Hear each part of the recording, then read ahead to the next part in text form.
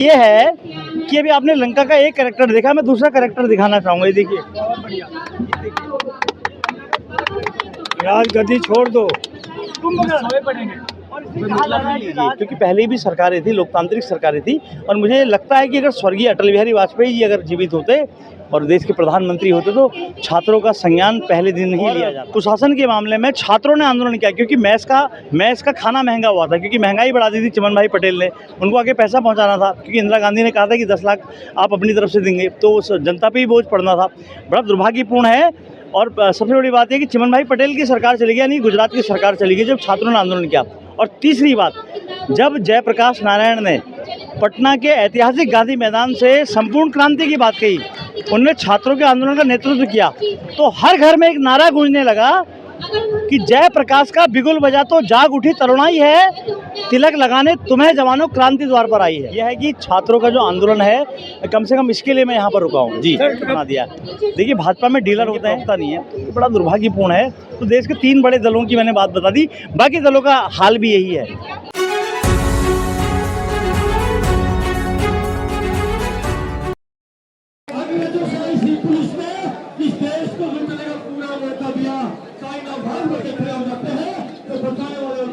आप सभी का स्वागत है। इस वक्त हमें जंतर मंतर पे, और आज सीजेपी का 9वां दिन है, और 9वें दिन देख सकते हैं जंतर मंतर पे किस तरह का यहाँ पर युवाओं का हुजूम, बड़ा यहाँ पर हुजूम इकट्ठा हो रखा है। इसके देखते आप इनका जोश आप देखते ही बनता है। काफी भारी संख्या में लोग अभी भी शाम के 7 बजने वाले लगभग, और इस टाइम वक्त यहाँ पर भारी संख्या में लोग यहाँ पर मौजूद हैं। व्यक्ति जी बताइए। तो ये वन भटक रहा हूँ, मतलब क्या है? इस वन भटकने का एक कारण है कि पहले मैं लंका यानी भाजपा में था, और लंका से मुझे निष्कासित कर दिया गया, यानी कि निकाल दिया गया। और मैंने वहाँ लोकतंत्र की बात कही। मैंने कहा पार्टी के अंदर लोकतंत्र होना चाहिए, कार्यकर्ताओं का सम्मान होना चाहिए, और काबिलियत के आधार पर संगठन में जिम्मेदारी मिलनी चाहिए। इतना भर कहने से मुझे निष्कासित कर दिया गया, जबकि मैं 3 बार सक्रिय सदस्य रहा और पार्टी का प्रादेशिक पदाधिकारी भी था। मतलब मुझे अपना लोकतंत्र कुछ इस प्रकार का लगा कि जैसे अहंकारी रावण ने अहंकार में आकर भरे दरबार से विभीषण को लात मार दी। अपने को कोई विभीषण नहीं कहता, पर मैं क्या करूं, मेरी मजबूरी है। और विभीषण भी राम की तलाश में गए। और सबसे बड़ी बात यह है कि मैं 11 सालों से किसी पार्टी में नहीं गया हूँ, यानी मैं वन भटक रहा हूँ। भटकाव ही होता है, क्योंकि बिना पार्टी के आदमी राजनीतिक व्यक्ति के लिए बड़ा दुखद होता है। और मैं राम को ढूंढ रहा हूँ कि हे प्रभु श्री राम, आखिर आप हैं कहाँ? आप अयोध्या में हैं, आप वन में हैं, या फिर आप राजनीति में हैं? क्योंकि आपको राजनीति में लाने का दावा करते हैं। हे प्रभु श्री राम, आप जहाँ कहीं भी हैं, आप मेरे मन की बात सुनिए और मुझे कुछ संकेत दीजिए ताकि मैं आपकी शरण में आ सकूं। जी बताइए। राम जी के घर में तो चोरी हो गया है, अब आपको क्या रक्षा करेंगे? देखिए, जो चंपत है वो पैसा लेके चंपत हो गए। चंपत राय मतलब आरएसएस के आदमी चंपत राय। बड़ा दुखद है कि आपने लूट खसूट करने के लिए आरएसएस के लोगों को हर जगह भर्ती कर रखा है, हर जगह भर रखा है। और बड़ा दुर्भाग्यपूर्ण है कि सबसे बड़ी बात है इसकी ठीक प्रकार से मुझे लगता है जाँच भी नहीं होगी। और कुछ समय बाद ये कहा जाएगा कि भाई राम को हम लाए, राम मंदिर हमने बनवाया, प्रभु श्री राम हमारे हैं, हमें 200 करोड़ रुपए खर्चे की जरूरत थी हमारे लोगों को, और हमने प्रभु श्री राम से मांग लिए कि महाराज मतलब तो गिरफ्तार हो गए, हे भगवान अब हमें खर्चे की जरूरत है, हमने 200 करोड़ रुपए आपका ले लिया। तो इस तरीके का तर्क देंगे जी। 8 लोग तो गिरफ्तार हो गए, आप क्या चाहिए? अरे भाई साहब, गिरफ्तार कौन लोग हुए हैं? चंपत राय को गिरफ्तार होना चाहिए ना, जो महासचिव है। इसका अध्यक्ष कौन है ट्रस्ट का? ट्रस्ट में गड़बड़ हुई है ना। जो नोट गिनते थे उनको पकड़ लिया है ना। अरे भाई साहब, नोट गिनने के पीछे ऊपर किसी का तो बर्दाश्त होगा, ये बताइए। अरे इस्तीफा दे दिया, और क्या चाहिए? जब एक बात सुनिए ना, जो किसी भी देश की सेना हारती है तो किसके ऊपर बात आती है, आप बताइए ना। सबसे बड़ी बात, ट्रस्ट में कैसे गड़बड़ हुई ना, क्या ये जांच के दायरे में नहीं आएंगे? आप ये बताइए यार। एक बात सुनो, आप कह रहे नोट गिनने वाले पकड़ दिए, क्या ये जांच के दायरे में नहीं आएंगे? क्या पता इन्हीं की मिलीभगत से गड़बड़ हुई हो। और सबसे बड़ी बात ये है कि अभी आपने लंका का एक कैरेक्टर देखा, मैं दूसरा कैरेक्टर दिखाना चाहूंगा। ये देखिए, राजगद्दी छोड़ दो, अगर राजपाट नहीं संभाल पा रहे हो तो राजगद्दी छोड़ दो। मैं इस्तीफे की मांग नहीं कर रहा हूँ, मैं राजगद्दी छोड़ने को कह रहा हूँ, क्योंकि आप लोग अपने आप को राजा समझते हो और आपका जो व्यवहार है उसी प्रकार का है। और आप लोग कहते हैं 50 साल तक तो हमें कोई हिलाने वाला है नहीं। बड़ा दुर्भाग्य है कि रावण का अहंकार नहीं रहा, सिकंदर जिसने विश्व पर विजय प्राप्त की वो नहीं रहा, उसका अस्तित्व नहीं रहा, तो इतना अहंकारी होना ठीक नहीं है। आपने मेरे संग गलत किया, वो मेरा व्यक्तिगत मामला था, लेकिन ये युवाओं को संग गलत मत करिए और युवाओं का संज्ञान लीजिए, क्योंकि पहले भी सरकारें थी, लोकतांत्रिक सरकारें थी, और मुझे लगता है कि अगर स्वर्गीय अटल बिहारी वाजपेयी जी अगर जीवित होते और देश के प्रधानमंत्री होते तो छात्रों का संज्ञान पहले दिन ही लिया जाता, क्योंकि नेता थे। देखिए, नेता थे अटल बिहारी वाजपेयी, या पहले भी जो नेता हुआ करते थे तो संज्ञान लेते थे, आंदोलन होता तो संज्ञान लिया जाता है।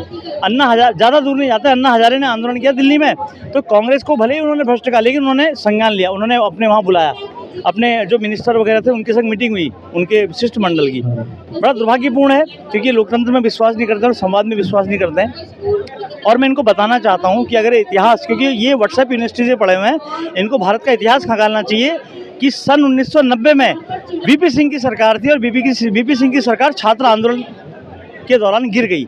और सबसे बड़ी बात यह है कि गुजरात में चिमन भाई पटेल की सरकार थी, वहाँ भ्रष्टाचार और बेरोजगारी के मामले में और कुशासन के मामले में छात्रों ने आंदोलन किया, क्योंकि मैस का खाना महंगा हुआ था, क्योंकि महंगाई बढ़ा दी थी चिमन भाई पटेल ने, उनको आगे पैसा पहुंचाना था, क्योंकि इंदिरा गांधी ने कहा था कि 10 लाख आप अपनी तरफ से देंगे, तो उस जनता पे ही बोझ पड़ना था।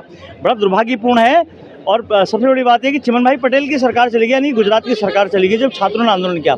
और तीसरी बात, जब जयप्रकाश नारायण ने पटना के ऐतिहासिक गांधी मैदान से संपूर्ण क्रांति की बात कही, उन्होंने छात्रों के आंदोलन का नेतृत्व किया, तो हर घर में एक नारा गूंजने लगा कि जयप्रकाश का बिगुल बजा तो जाग उठी तरुणाई है, तिलक लगाने तुम्हें जवानों क्रांति द्वार पर आई है। तो वही भारत के नौजवानों के लिए क्रांति द्वार पर खड़ी है। आप लोग आइए, इस आंदोलन का हिस्सा बनिए और निश्चित रूप से इनको इस्तीफा देना होगा। सर, मैं आप रहूँ, आप सुशील भट्ट हैं? जी, मैं सुशील भट्ट हूँ, मैं ही हूँ जी। हाँ जी, सुशील आप भट्ट जी हूँ जी। हाँ जी, मैं ये कह रहा हूँ कि आप वन भटक रहे हैं। वन भटक रहा हूँ। हाँ, और वन भटकते भटकते जंतर मंतर आया हूँ जी। हाँ, तो मैं पिछले 7 दिनों से यहीं डेरा जमा रखा है जी।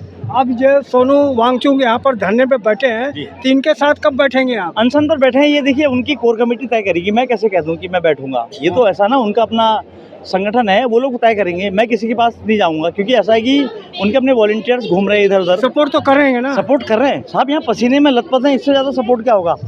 आम आदमी को कितनी गर्मी लग रही है बताइए। कब तक रहेंगे यहाँ पे? मैं भी फिलहाल यहीं हूँ जी। जी, कब तक रहेंगे? नहीं, देखिए जनता का रिस्पांस मुझे अच्छा मिल रहा है, लोग प्रेम कर रहे हैं, प्रेम सबसे बड़ी चीज़ है।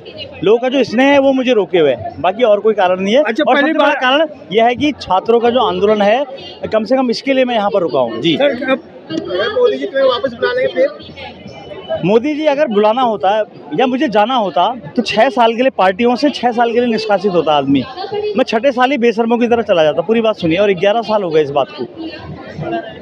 और सबसे बड़ी बात यह है कि भाजपा में केवल और केवल डीलर हैं, उनको डीलर चाहिए, लीडर नहीं चाहिए। आप मेरी बातचीत से समझ रहे होंगे, क्योंकि इनको ढंग से बोलना तक नहीं आता है। और सबसे बड़ी बात, देखिए भाजपा ने इस देश के लोगों को भक्त बना दिया, भक्त नहीं अंधभक्त बना दिया। देखिए भाजपा में डीलर होते हैं, कांग्रेस में एक ज़माने में नेता हुआ करते, लेकिन वहाँ चमचे होते हैं। और आम आदमी पार्टी जो है वहाँ वॉलंटियर होते हैं, इसलिए वो एनजीओ है, क्योंकि जो राष्ट्रीय संयोजक है उनके, वो अपने आप को संयोजक लिखते हैं। आप अध्यक्ष लिखो ना, अगर आप पॉलिटिकल पार्टी हो। आप एक तरफ से मतलब आपने पॉलिटिकल लोग कहाँ रखे हैं बताइए, आपके पास ढंग की प्रवक्ता नहीं है, तो बड़ा दुर्भाग्यपूर्ण है। तो देश के 3 बड़े दलों की मैंने बात बता दी, बाकी दलों का हाल भी यही है, सोए हुए हैं ये लोग जी। ठीक है, धन्यवाद। धन्यवाद। ओके।